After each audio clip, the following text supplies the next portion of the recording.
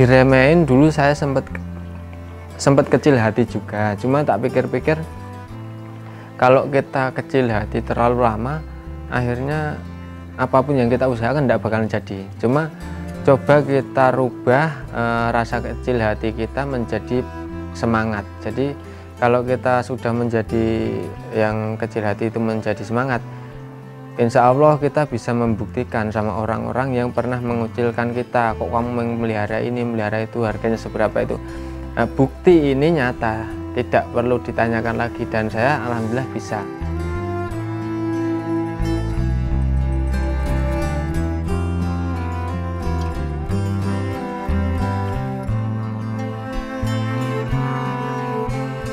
Assalamualaikum warahmatullahi wabarakatuh. Perkenalkan, nama saya Agus Hendrianto, pemilik usaha lobster hias air tawar Nisa Mina Lobster yang beralamat di Dusun Tosaren, Kelurahan Kradenan, Kecamatan Serumbung, Kabupaten Magelang, Jawa Tengah.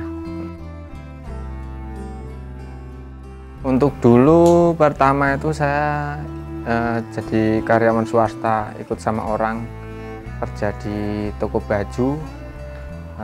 Terus saya pulang dari merantau juga di Kalimantan.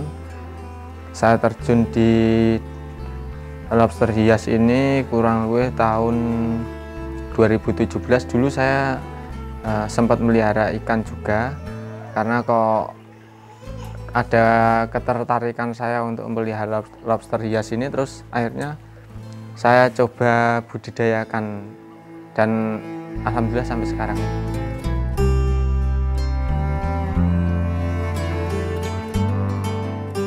Dulu itu saya kan mainnya habis keluar dari toko itu ya saya nyeles juga istilahnya. Dari toko ke toko saya tawarkan ikan hias, terus kok kebetulan saya melihat lobster hias ini, terus saya kok tertarik, akhirnya saya beli, lalu saya coba budidayakan. Tapi dari segi modal saya memang dulu belum ada, terus akhirnya saya nyales lobster juga, terus ketemu sama petaninya, dan kurang lebih jangka 3-6 bulan itu saya beli per 100, per 150. Nanti kan di setiap per 100 itu kurang lebih ada bonusnya 5. Nah itu yang 5 itu kebetulan saya pelihara sendiri, dan alhamdulillah jadi. Tapi dulu juga sempat ada kendala karena mungkin dari ilmunya saya belum tahu. Terus saya coba-coba aja, dan alhamdulillah mati semua juga pernah.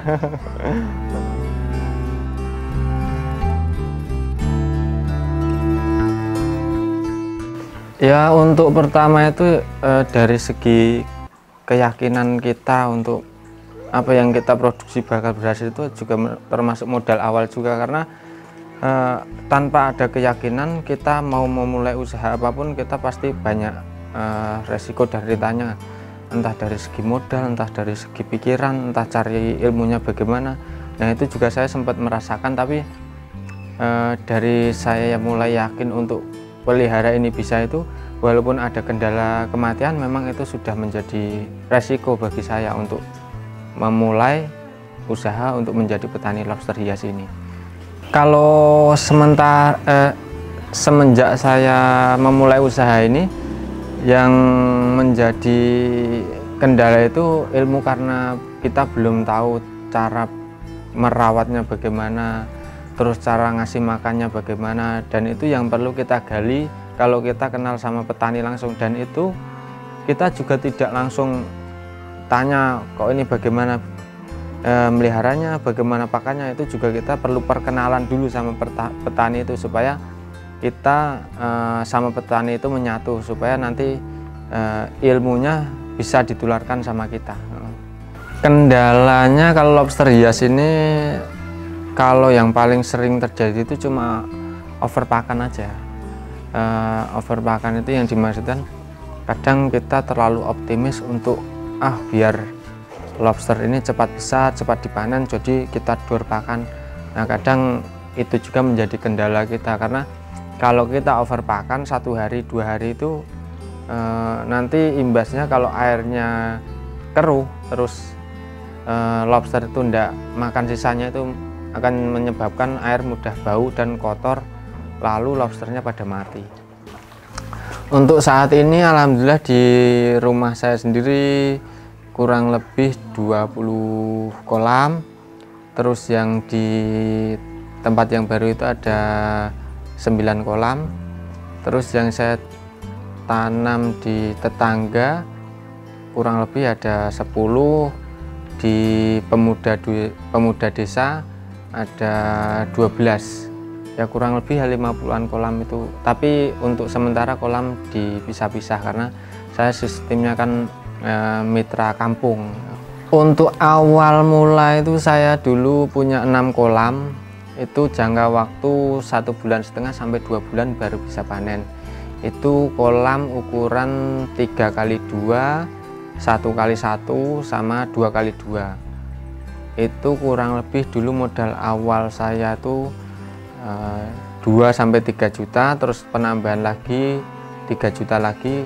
Kalau total modal awal tuh kurang lebih 6 juta. Itu sudah sama media indukan sama media tempat. Cuma kalau untuk saat ini karena memang dibilang apapun yang kita pelihara itu lebih simpel, jadi bisa kita pakai kolam terpal yang sudah bentuk kotak itu juga bisa, terus pakai kolam plastik juga bisa. Cuma untuk jangka panjang untuk petani itu memang maksimalnya pakai kolam beton. Keunggulannya kolam beton itu kita dapat jangka waktu panjangnya bisa sampai 10-20 tahun itu ketemu kalau dari segi hasilnya, karena kita sistemnya kan mau menyeriusi apa yang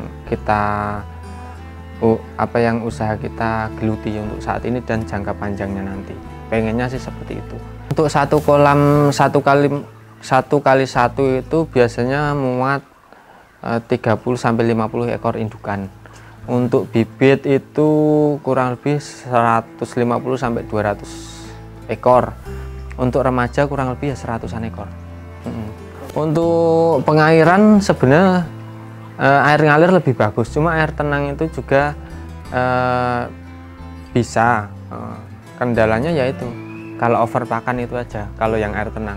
Untuk media yang kita pakai pralon bisa, terus pakai genteng juga bisa, terus pakai potongan bambu itu juga bisa. Cuma kalau pakai potongan bambu itu harus direndam lama, kurang lebih ya 6 bulan, nanti terus diangkat lagi, dijemur, terus direndam lagi, diangkat lagi, prosesnya 1 tahun. Cuma untuk dari modal sedikit enak, cuma jangka panjangnya ya lama. Cuma kalau pakai pralon itu bisa simple, praktis, dan memang untuk modal ya lumayan tinggi. Media pralon dan genteng itu sama bambu untuk tempat persembunyian lobster ya. Terus kalau pralon sama bambu biasanya buat sembunyi kalau sudah bertelur biar tidak diganggu sama lobster lainnya. Untuk jenis saya baru pelihara 1 jenis ya, cuma untuk warna saya punya warna merah, putih, biru, oranye, dan marun coklat itu. Kalau keseluruhan sih kurang lebih ya 2.000-3.000-an ekor untuk semua kolam yang saya pelihara itu. Kurang lebih ada segitu. Untuk harga per ekor mayoritas di pasaran Jogja Magelang itu kisaran 10-15 ribunya, 10.000 sampai 15 ribuan per ekornya. Kalau ngejar di kios-kios itu kurang lebih ya segitu. Untuk enceng gondok yang di kolam itu pertama fungsinya akarnya bisa kita buat makan alami. Misalnya kita mau tinggal berpergian jangka waktu 3-4 hari itu, nah nanti walaupun tidak dikasih makan, akarnya itu nanti bisa buat makanan si lobster itu. Terus untuk dari enceng gondok itu fungsinya dari teduh sinar matahari biar tidak terlalu panas juga bisa. Sebelum kita mampu membeli paranet, kita bisa pakai alternatif enceng gondok itu. Terus yang ketiga dari hama burung, kita juga dengan adanya enceng gondok itu kita bisa alih fungsikan supaya burung tidak bisa langsung nembus ke air. Untuk perawatan yang pertama itu kita siapkan media dulu kolam. Terus yang kedua kita mau main di indukan bisa, remaja bisa, bibit juga bisa. Terus kita tebar aja langsung ke kolam. Nanti tinggal kita kasih makan setiap 1 hari 1 kali. Bisa sore, bisa pagi, bisa juga siang, bisa juga malam. Itu kalau makanan yang penting 1 hari sekali. Kalau ini tidak usah perlu dijadwal juga, ya sak selone lah istilahnya.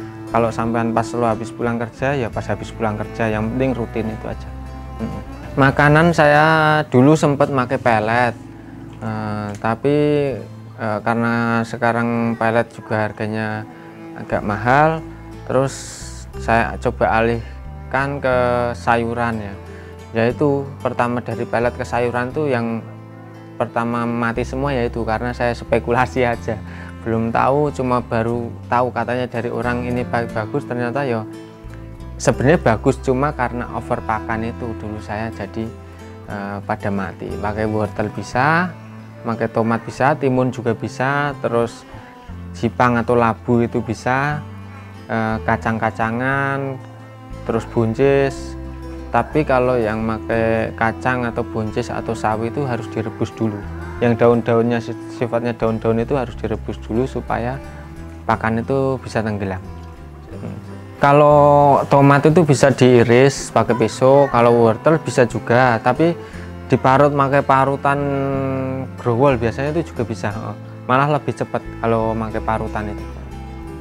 Untuk pemula yang ingin memulai usaha, apapun usaha yang sampean geluti, sampean pengen belajari, usahakan usaha itu yang timbul dari diri hati sampean sendiri. Karena apa? Kalau kita usaha timbul dari diri hati sendiri, dari segi modal, dari segi pikiran, dari segi tenaga, insya Allah kita bisa ngontrol dan kita bisa untuk mengendalikannya, daripada kita harus dipaksa ikut memulai usaha yang kamu harus usaha ini, itu lebih sulit. Karena kalau dibilang kita boleh mencari motivasi dari orang, cuma cobalah ikuti dari diri hati aja. Boleh mencoba apapun yang kita pengen, kita boleh nyoba apapun itu, boleh kita coba. Tapi untuk titik akhir nanti di situ akan menjadi titik penentu kamu yang mana perlu diseriusi, itu aja. Untuk pemula tetap semangat, fokus, optimis bahwa kamu berhasil. Jadi setiap pengusaha itu punya kendala masing-masing, tergantung apapun yang kita geluti di bidang usaha itu.